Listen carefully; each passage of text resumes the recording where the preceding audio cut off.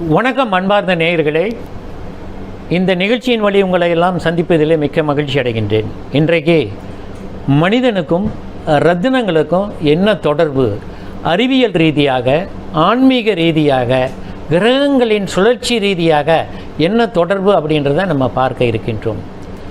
ஆதிகாலம் தொட்டே மனிதன் தோன்றிய காலத்திலிருந்து இந்த ரத்தினங்களுடைய பயன்பாடு மனித வாழ்க்கையில் அதிகமாக இருந்திருக்கிறது. மனிதனுக்கு மட்டும் இல்லைங்க, தெய்வத்திற்கும் ரத்தினங்களுக்கும் நிறையவே தொடர்பு இருந்திருக்கிறது. அந்த வகையில் நாம் பார்க்க போனால் இந்த ரத்தினங்கள் என்பது தெய்வங்களை பிரதிஷ்டை செய்யக்கூடிய காலகட்டத்திலையும் மிக பிரதானமாக பதிக்கப்படுகின்றது. அப்படின்னா அந்த தெய்வங்களை ஒரு விக்கிரகத்தை நம்ம பிரதிஷ்டை செய்யக்கூடிய காலகட்டத்தில் அந்த விக்கிரகத்தினுடைய அடிபாகத்தில் இந்த ரத்தினங்கள் பதிக்கப்பட்டால்தான் அந்த கிரியை முழுமை பெறுகிறது அப்படின்றது நம்முடைய ஐதீகமாக இருக்கிறது. சரி, இந்த சிறிய ரத்தினங்கள் எப்படி மனித வாழ்க்கையில் ஒரு மாற்றத்தை ஏற்படுத்தும், மனிதனுக்கும் இந்த பிரபஞ்சத்துக்கும் ஏதாவது தொடர்பு இருக்கிறதான்னு பார்த்தோம்னா நிச்சயமாக திட்டவட்டமாக இருக்கிறது. எப்படி தொடர்பு அப்படின்னு சொல்லி பார்த்தீங்கன்னா, கிரகங்கள்லேருந்து வெளிப்படக்கூடிய கதிரலைகளை ஈர்ப்பு செய்து மனித உடலுக்குள்ளே செலுத்தி அதன் வழியாக மிகப்பெரிய ஆன்மீக ரீதியான, அறிவியல் ரீதியான, ரசாயன ரீதியான மாற்றங்களை செய்ய வல்லது இந்த ரத்தினங்கள். ஒரு ரத்தினத்தை நம்ம அணிஞ்சிருக்கிறோம். உதாரணமாக ஒரு கனக புஷ்பராகத்தை அணிந்திருக்கிறோம். இதை அணிந்திருக்கக்கூடிய வேளையில் இந்த பிரபஞ்சத்தில் இருக்கக்கூடிய கதிரலைகளை ஈர்ப்பு செய்து இந்த ரத்தினத்தின் மூலமாக மனித உடலுக்குள்ளே செலுத்தி மனித உடல் செம்மையாக இயங்குவதற்கு உண்டான ஒரு சூழ்நிலையை ஏற்படுத்தி கொடுப்பது தான் ரத்தினங்கள். இதற்கு மிகப்பெரிய சான்று அப்படின்னு சொல்லி பார்த்தோம்னா விக்கிரகங்கள். கோயிலில் விக்கிரகத்தை பிரதிஷ்டை பண்ணுறோம், பண்ணக்கூடிய வேளையில் இந்த ரத்தினங்களை அடிப்பாகத்தில் நம்ம பிரதிஷ்டை செய்கின்றோம். அதன் மூலமாக இந்த பிரபஞ்சத்திலேருந்து ஈர்ப்பு செய்யக்கூடிய கதிரலைகள் இந்த விக்கிரகத்தின் மூலமாக ஈர்ப்பு செய்யப்பட்டு, கோயில் கலசங்கள் இருக்கு இல்லையா மேலே, அதன் மூலமாக ஈர்ப்பு செய்யப்பட்டு அது விக்கிரகத்தை அடைந்து விக்கிரகத்தின் அடிப்பாகத்தில் இருக்கக்கூடிய எந்திரங்களை தொட்டு அதன் பிறகு அடிப்பாகத்தில் இருக்கக்கூடிய இந்த ரத்தினங்கள் மூலமாக விரிவாக்கம் செய்யப்பட்டு அது ஒரு சாந்தியையும் சமாதானத்தையும் கொடுக்குது. அதனால தான் கோயிலுக்கு போயிட்டு வந்தோம்னா ரொம்ப மனசு இலகுவாக மென்மையாக இருக்கிறத நம்மளால் உணர முடிகிறது. அப்படியானால் இந்த ரத்தினம் என்பது மனிதன் தோன்றிய காலத்தில் இருந்து எப்போது அவன் இறைவனை வழிபட தொடங்கினானோ அந்த காலத்திலிருந்து மனித வாழ்க்கையில் பயன்பாட்டில் இருந்திருக்குது. ஒரு பொருள் உலகத்தில் இன்றைய அளவுக்கும் உயர்ந்து கொண்டே செல்லக்கூடிய விலையை கொண்டிருக்கக்கூடியதுன்னு பார்த்திங்கன்னா ரத்தினம் தான். ரத்தினங்களுக்கு என்றைக்குமே ஆங்கிலத்தில் சொல்லணும்னா எப்ரேசல் அப்படின்னா அது விலை ஏறிக்கொண்டே இருக்கும், இறங்காது நிச்சயமாக.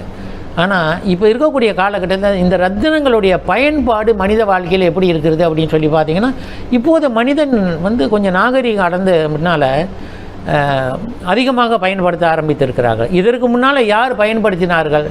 ராஜாக்கள், அரசர்கள், சக்கரவர்த்திகள், மிகப்பெரிய சாம்ராஜ்யத்தை கட்டி ஆண்டவர்கள், மாபெரும் வீரர்கள், இவங்கள்லாம் அந்த ரத்தினங்களை பயன்படுத்தி இருக்கிறார்கள். நம்மளுடைய முகலாய சாம்ராஜ்யத்தை நம்ம எடுத்து பார்த்தோம்னா, இந்த முகலாய சாம்ராஜ்யத்தில் இருந்தவர்கள் இந்த கோஹினூர் வைரத்திற்காக அத்தனை பெரிய படைகளை திரட்டி எத்தனையோ உயிர்கள் அந்த வேலையில் வெளியாகி இருக்கின்றது. அந்த மாதிரி இந்த ரத்தினங்களுக்கு ஒரு உயர்வு இருக்கிறது. அந்த ரத்தினத்தில் ஒரு உயர்வு, ஒரு உன்னதமான மேன்மை இல்லைன்னா இவ்வளோ பெரிய போர்கள்லாம், இவ்வளோ பெரிய ஆக்கிரமிப்புலாம் நிச்சயமாக நடந்திருக்காது. இன்றைக்கும் உலகத்தில் கோஹினூர் வைரத்திற்கு அதீதமான ஒரு வரவேற்பு இருக்கிறது. இப்போது இங்கிலாந்து ராணியார் இறந்த பொழுது மிகப்பெரிய சர்ச்சை என்னன்னா, அந்த ரத்தினம் இனிமேல் யாருக்கு போய் சேரும்? கோஹினூர் வைரம் 1000 தடவைக்கு மேலே நம்ம பேசியிருக்கின்றோங்க. இந்த 1000 தடவைகளை நம்ம சொல்லியிருக்கோம். கோஹினூர் வைரத்தோட விலை என்ன தெரியுங்களா? ஒரு நாளைக்கு இந்த உலகத்தில் எத்தனை பில்லியன் செலவாகின்றதோ அதை 2ஆக வகுத்தீங்கன்னா அதுதான் கோஹினூர் வைரத்தோட விலை. அப்படின்னா நீங்கள் நினச்சி பாருங்கள், ஒரு 103 கேரட் எடை உள்ள கோஹினூர் வைரம் உலகத்தில் செலவாகக்கூடிய செலவுகளில் பாதி செலவை தன்னுள்ளே கொண்டிருக்குது. அப்படின்னா அந்த வைரத்துக்கு எவ்வளோ ஒரு பெரிய மகத்துவம் இருக்கணுங்க. எங்கே கண்டெடுக்கப்பட்டது இந்த கோஹினூர் வைரம்னு பார்த்தீங்கன்னா, நம்மளுடைய பாரத காலத்தில், வேத காலத்தில் கோதாவரி நதிக்கரையில் கண்டெடுக்கப்பட்டதுங்க. ஒரு விவசாயினால் கண்டெடுக்கப்பட்ட பொழுது அது 700 கேரட்டுக்கு மேலே இருந்துச்சு. அதை பட்டை தீட்டி இப்போது 103 கேரட் இடையில் இருக்கிறது. அப்படின்னா அந்த ரத்தினத்தை வைத்திருக்கக்கூடியவர்கள் இந்த உலகத்தை ஆட்சி செய்வார்கள் அப்படின்லாம் சொல்லப்படுகிறது. இதன் மூலமாக நம்ம என்ன தெரிந்து கொள்கிறோம்னா, இந்த ரத்தினங்களில் நிச்சயமாகவே திட்டவட்டமாகவே ஒரு சக்தி, நம்மையெல்லாம் தாண்டி ஒரு பிரபஞ்ச சக்தி அதனுள்ளே இருக்குது. அதனால் வாழ்க்கையில் ஒவ்வொரு மனிதனும் தங்களுடைய ராசிக்கு ஏற்ப, சில பேர் கேட்கலாம், நான் 8ஆம் நம்பரில் பிறந்தங்க, நான் நீலக்கல் அணியிறதா அப்படின்னு. இல்லைங்க, ராசிக்கல் அப்படின்றது உங்களுடைய ஜென்ம ராசியை பார்த்து அணிந்து கொள்ளணும். அப்படின்னா ஜாதகத்தில் உங்களுக்கு என்ன ராசி, மீன ராசியா தனுசு ராசியா, நீங்கள் கனக புஷ்பராகம் அணிந்து கொள்ளலாம். ரிஷபராசி துலாம் ராசியா, நீங்கள் வைரம் அணிந்து கொள்ளலாம். இந்த கன்னியா ராசி மிதுன ராசியா, நீங்கள் மரகதம் அப்படின்னு சொல்லக்கூடிய ரத்தினத்தை அணிந்து கொள்ளலாம். கடகராசியில் பிறந்த பெண்களுக்கு முத்து மிக சிறந்தது.